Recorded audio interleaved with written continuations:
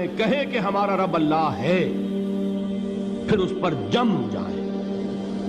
ان پر فرشتوں کا نزول ہوتا ہے، نہ کوئی غم کرو نہ خوف، خوشیاں مناؤ جنت کی جس کا تم سے وعدہ کیا گیا تھا۔ اللہ کی ربوبیت پر اطمینان جب انسان کو ہو جاتا، میرا رب اللہ ہے، ربی اللہ، انسان کے لیے نہ کوئی کھٹکا، نہ کوئی خطرہ، نہ کوئی خوف، نہ کوئی حزن۔ جو کچھ ہو رہا ہے کس کے اذن سے ہو رہا ہے؟ اللہ کے اذن سے۔ اللہ کے اذن کے بغیر پتا تک نہیں ہلتا۔ یہ کوئی اندھا بہرا مادہ نہیں ہے جس سے مجھے کوئی خوف ہو۔ اندھا بھینسا چلا آ رہا ہو اس سے تو ڈرنے کا ہر انسان کو ڈرنا چاہیے، نہ معلوم کس کو ٹکر مار دے۔ لیکن نہیں، اس کائنات کو چلانے والا ایک سمیع و بصیر خدا ہے، وہ جو میرا دوست ہے، میرا ولی ہے۔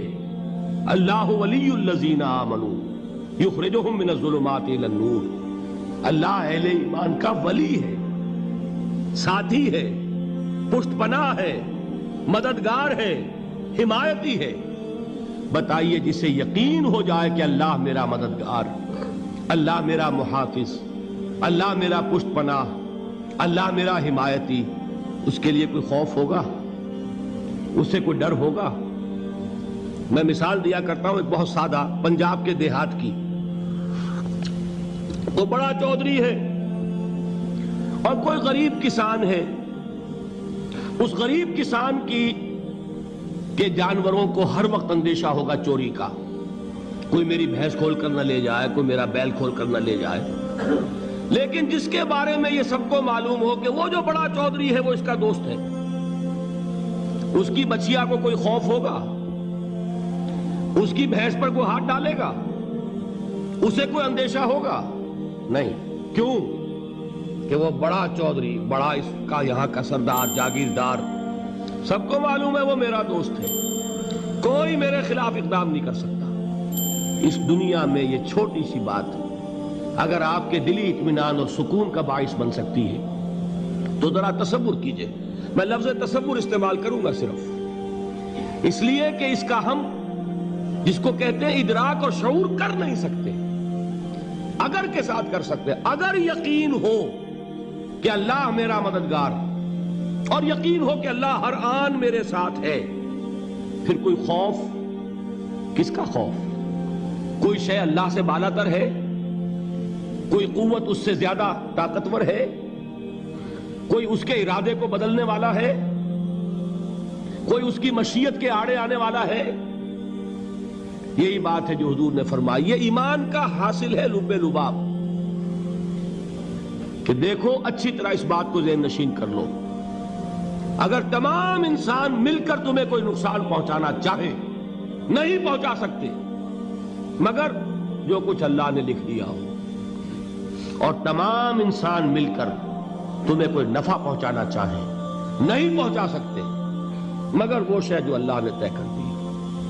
آپ پھر میں کہوں گا ذرا طاری کیجئے، اسے فرض کیجئے، اسے سوچئے، اگر اس حدیث پر ہمارا دل ٹھکا ہوا ہو تو کسی سے ڈر ہوگا؟ یہ مجھے نقصان نہ پہنچا دے، یہ میری رپورٹ خراب نہ کر دے، یہ میری انکریمنٹ نہ رکوا دے، یہ میرا یہ نہ بگاڑ دے، یہ میرے یہ نقصان نہ پہنچا دے۔ اس کا ڈر، اس کا ڈر، اس کا خوف، اس کی خوشامد، اس کے لیے جا کر طرح طرح سے اپنی عزت نفس کو ذلیل کروانا اس کے سامنے، یہ سب کچھ کیوں کرتا ہے انسان؟ جب سمجھتا ہے کہ اس کے ہاتھ میں میرا کوئی نفع ہے، اس کے ہاتھ میں میرے لیے کوئی ضرر ہے، یہ مجھے کوئی غضب پہنچا سکتا ہے، یہ مجھے کوئی نقصان پہنچا سکتا ہے، یہ میرا کوئی کام بنا سکتا ہے، یہ میری کوئی ضرورت پوری کر سکتا ہے، اسی کا نام شرک ہے۔ جہاں آپ نے یہ سمجھا کہ غیر اللہ کے اندر کوئی طاقت موجود ہے وہی شرک ہے۔ بتوں سے تجھ کو امیدیں، خدا سے نومیدی، مجھے بتا تو صحیح اور کافری کیا ہے؟ شرک تو یہ ہے جس پر بھی تمہیں یہ خیال ہے، کلمہ ہے یہ کلمہ سوم، لا حول ولا قوت الا باللہ، ذرا اس پر دل کو کبھی اگر آپ تصور کریں، پھر فرض کریں، دل ٹھک جائے اس پر، کوئی طاقت نہیں۔ یہی بات تھی جو شیخ عبد القادر جیلانی رحمۃ اللہ علیہ نے اپنی وصیت میں اپنے بچے سے کہی. 11ویں دینے والے ہیں، لیکن حضرت شیخ عبد القادر جیلانی کی وصیت اور تعلیمات کو کتنے لوگ ہیں جو جانتے ہو؟ یہ جن مقامات تک پہنچے ہیں وہ کس چیز کی بدولت پہنچے ہیں؟ انہوں نے جو پیغام دیا وہ کیا تھا؟ اے میرے بچے، جس طریقے سے قرآن مجید میں حضرت لقمان کی نصیحتیں جو ہے نقل کر دی گئی ہیں، میں یہ عرض کروں گا بالفرض اگر قرآن حضرت عبد القادر جیلانی کے بعد نازل ہوا ہوتا تو شیخ عبد القادر کی یہ نصیحتیں بھی قرآن میں درج ہوتی. اتنی اونچی نصیحتیں ہیں. اے میرے بچے، اس حقیقت کو ذہن نشین کر لے، لا فاعل فی الحقیقت ولا مؤثر الا اللہ. اس کائنات میں نہ کوئی فاعل حقیقی ہے نہ مؤثر حقیقی ہے سوائے اللہ کے. کسی شے میں کوئی تاثیر نہیں اگر اللہ نہ چاہے. آگ جلا نہیں سکتی اگر اللہ نہ چاہے. پانی ڈبو نہیں سکتا اگر اللہ نہ چاہے. زہر ہلاک نہیں کر سکتا اگر اللہ نہ چاہے. کوئی چیز فائدہ نہیں پہنچا سکتی اگر اللہ نہ چاہے. تو در در پہ کیوں سر جھکاتے ہو؟ در در پر کیوں جبیں سائی کرتے ہو؟ سب کے سامنے کیوں ہاتھ پھیلاتے ہو؟ ایک اللہ سے مانگو. ایک اللہ کے سامنے زمین پر اپنی جبین رکھو. لا فاعل فی الحقیقت ولا مؤثر الا اللہ. نظر آتا ہے ہمیں کہ پانی پیاس بجھا دیتا ہے. پیاس بجھانے کی صلاحیت پانی میں نہیں ہے، اللہ کے اذن سے. کھانا بھوک مٹا دیتا ہے، بھوک مٹانے کی صلاحیت کھانے میں نہیں ہے، اذن رب میں. دیکھیے یہی یقین تھا. حضرت موسیٰ علیہ السلام کا واقعہ یاد کیجئے. سامنے سمندر آ گیا ہے، قوم دیکھتی ہے پیچھے کہ گرد و غبار کا طوفان ہے. معلوم ہوا کہ فرعون اپنے لشکر سمیت آ گیا ہے. لشکر جب چلتا تھا تیز رفتاری کے ساتھ تو گرد و غبار کا جو طوفان اٹھتا تھا اس کا تصور کیجئے. اور لمحہ بلمحہ وہ قریب آ رہا ہے. پوری قوم نے کیا کہا؟ اے موسیٰ انا لمدرکون، اے موسیٰ ہم تو پکڑے گئے. قرآن مجید نے تو یہاں وہ باتیں نہیں لکھی ہے، لیکن تورات میں یہ درج ہے کہ بنی اسرائیل جھگڑنے لگے، دست و گریبان ہو گئے موسیٰ کے ساتھ. موسیٰ ہمیں یہاں مروایا لا کر، اس سے تو ہم ہی بہتر تھے. وہاں کھانے کو ملتا تھا، زندگی تو تھی، بیگار ہم کر رہے تھے، موت تو نہیں تھی. اب جو کچھ ہوگا اس کا تصور کرو، جس طریقے سے ہمارے ٹکڑے اڑائے جائیں گے. تو لڑ رہے ہیں حضرت موسیٰ علیہ السلام. یہ تورات کی تفصیل ہے. قرآن میں صرف اتنا آیا ہے، پریشان ہو کر انہوں نے کہا انا لمدرکون، موسیٰ ہم تو پکڑے گئے.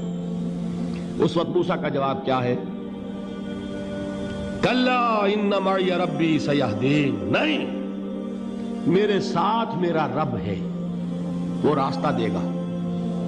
بتائیے کہاں راستہ نظر آ رہا ہے؟ یہ ہے ایمان بالغیب. راستہ نظر نہ آئے تب اللہ پر یقین ایمان ہے. جیب میں پیسے ہوں اور تب دل کو اطمینان ہے تو ایمان کس پر ہوا؟ پیسے پر، اللہ پر نہیں. جب وسائل و ذرائع نہ ہو اور پھر یقین ہو کہ اللہ مسبب الاسباب ہے، وہ اسباب کا پابند نہیں ہے، وہ اسباب کا محتاج نہیں ہے، اسباب اس کے محتاج ہیں. اگر یہ یقین ہے تو اللہ پر ایمان ہے. یہ نہیں ہے تو تمہارا ایمان اسباب پر ہے، وسائل پر ہے، ذرائع پر ہے، مادیات پر ہے، اللہ پر نہیں. اس وقت کہاں راستہ تھا؟ کوئی راستہ تھا؟ سمندر ہے اور ادھر سے لشکر آ گیا ہے. کلا ان معی ربی سیہدین. اب دیکھیے ایمان کہہ دینا آسان ہے، ہوا معکم اینما کنتم، جہاں کہیں بھی تم ہوتے ہو اللہ تمہارے ساتھ ہوتا ہے. لیکن اس کا یقین قائم ہو جائے تو زمین و آسمان کا فرق واقع.